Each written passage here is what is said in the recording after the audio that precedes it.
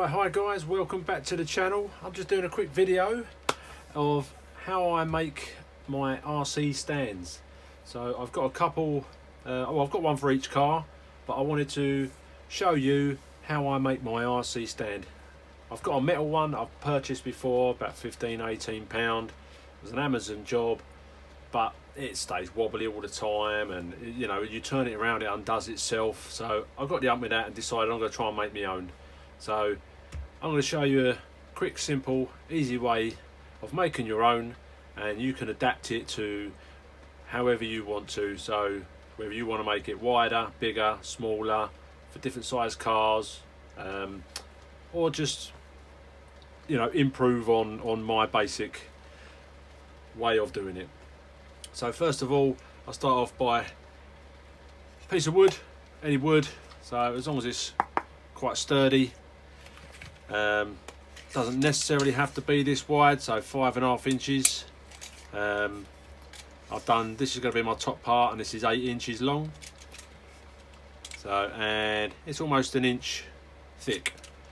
So if you cut a bit for the bottom, so you can have them both the same size if you want. This one the bottom's a little bit smaller. So on the bottom I'm going almost just over 7.5 inches, and on the top we're going just over 8 inches. And for your centre post, good old-fashioned kind of bit of fence post, something along those lines, and that's coming in at 2 3/4 inches, and that's the same all the way around.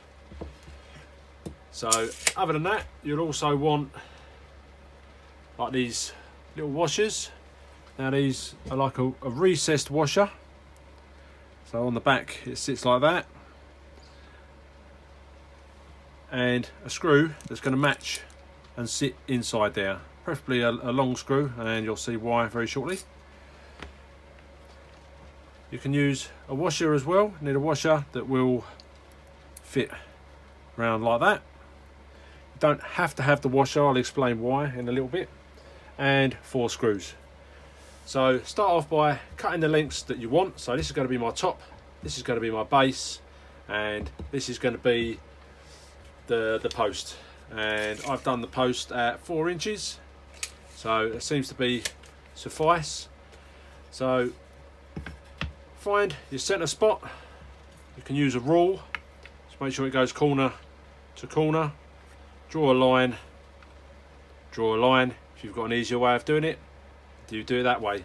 Find the center spot on there, on here as well.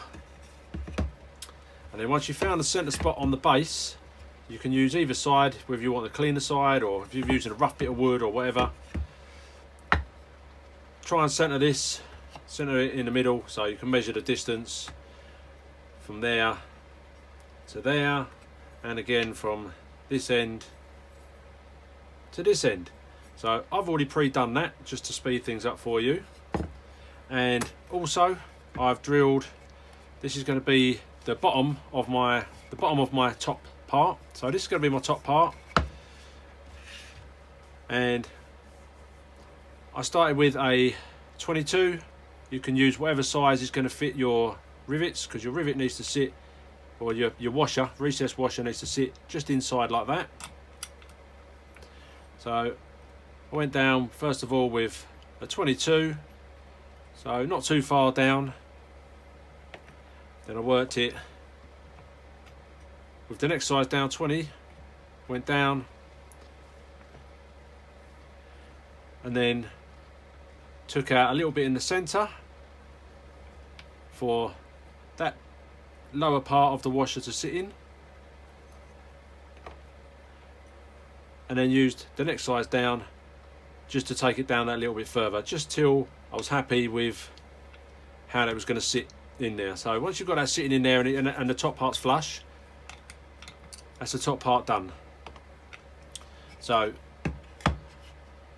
on the other side, again, we will be using another one of these, same method, but you want to have it sitting slightly proud of the wood. So You want to see just a little bit of the metal showing. Hopefully you can see that on camera. So you want that sitting proud. Same process as you do on the top as the bottom, so that sits on there like so. Then find your centre point on your centre post. Again, doing the same process as on the underneath of the top plate, so that this one sits again slightly proud. Now if you go a little bit too far, and this is where this washer comes into play, if you go a little bit too far and it's going to sit on the wood, so it's not going to be metal to metal, then you can get out of it by turning it around, setting a washer on the top there, and then when this sits down it will sit flat onto there. I've tested it, it works, and I'll show you that at the end. So this is ideally if you have it sitting up a little bit. Once I paint this, that might sit a little bit prouder and be fine. I might not need the washer, but I have got the alternative where I can turn that over, set that washer on top of there, and it still works. So you've drawn on your base, so this is going to be the base, and this is a nicer looking edge. So I measured it out on this side, I drew around it, I drilled 4 screw holes through there and 4 screws that are going to go into it. So you want to get yourself some nice chunky wood screws. They'll go into there, buzz those through. You can use a countersunk bit to take these in, but I just went like this, wound my one out a little bit, and it's absolutely fine. It's done what I need it to do. It's going to be on the bottom anyway, you're not really going to see it, so it doesn't make no odds. And that is the basics of what we've got going on. So let's throw this together quickly.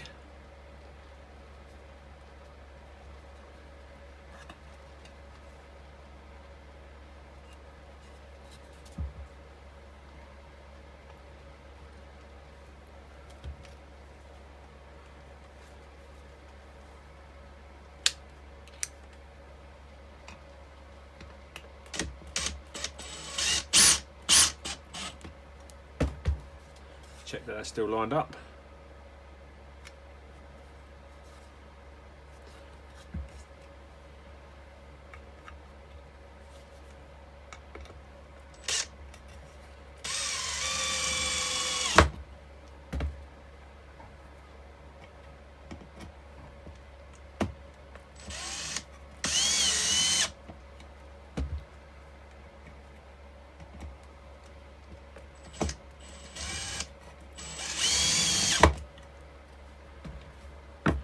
So we have a base there. Now this bit of wood is slightly wonky. I'm probably going to level this out a little bit, try and straighten that up, but I'll do that off of camera. So I'm going to use one of these upside down. Oh, don't think it's any particular one. That's it, right. So I've got that on there. This one on the top, and this is my top side, so I'll put that through there. Screw can go through. Change out my end tip.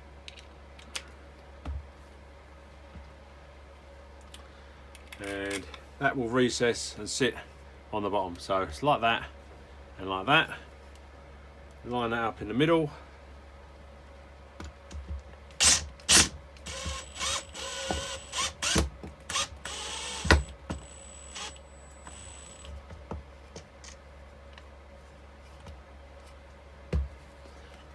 And there we have it. There's one spinning work surface. That's how it looks. So there's a tiny little gap under there that spins round like so. So if you want to, you can put like a little bit of grease in between the metal bits underneath. It's fairly stable. So, but it spins round and it does what it's meant to do. Now I'm going to take this all apart and I'm going to go sand this all down. I'm going to paint it, and then I'm going to come back and show you what it looks like.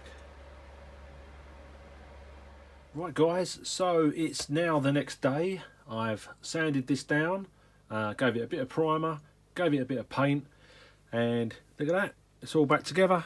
It's all spinning nice. I've got some foam pads that I'm going to be putting down here, and then I'll probably put a sticker over the middle just to cover up the screw, and I've put some stickers on there as well. So I've gone for a little bit of the Bad Touch breakers, a bit of Radical RC, nice little Armour logo, bit of RPM, and yeah, not bad. Really pleased with how that came out. One of the things I forgot to mention when I was talking about the holes and doing this here, don't forget to do a hole through the centre for your screws to go through. Okay, I did make a little note of it, but you'll see it's pretty obvious. So yeah, a couple of bits of old wood, and yeah, probably cost me, I don't know, £5, if that. In actual fact, it didn't cost me anything because I got these from work, the wood from work, and the paint from work. So this didn't actually cost me anything. But if you've got wood laying around, you know, a screw, if you've got some screws, the only thing you'll probably have to pay for will be a recessed washer and a bit of paint. But then you haven't got to paint it. You can just, if you wanted to, you could sand it down and varnish it and make it look nice. So whatever takes your fancy, whatever you want to do. My other ones, I haven't painted any of them. I did make one for my buddy Jeff Nichols. He calls his one the Brad stand, and I wrapped it in black, and I'll put a photo up of that.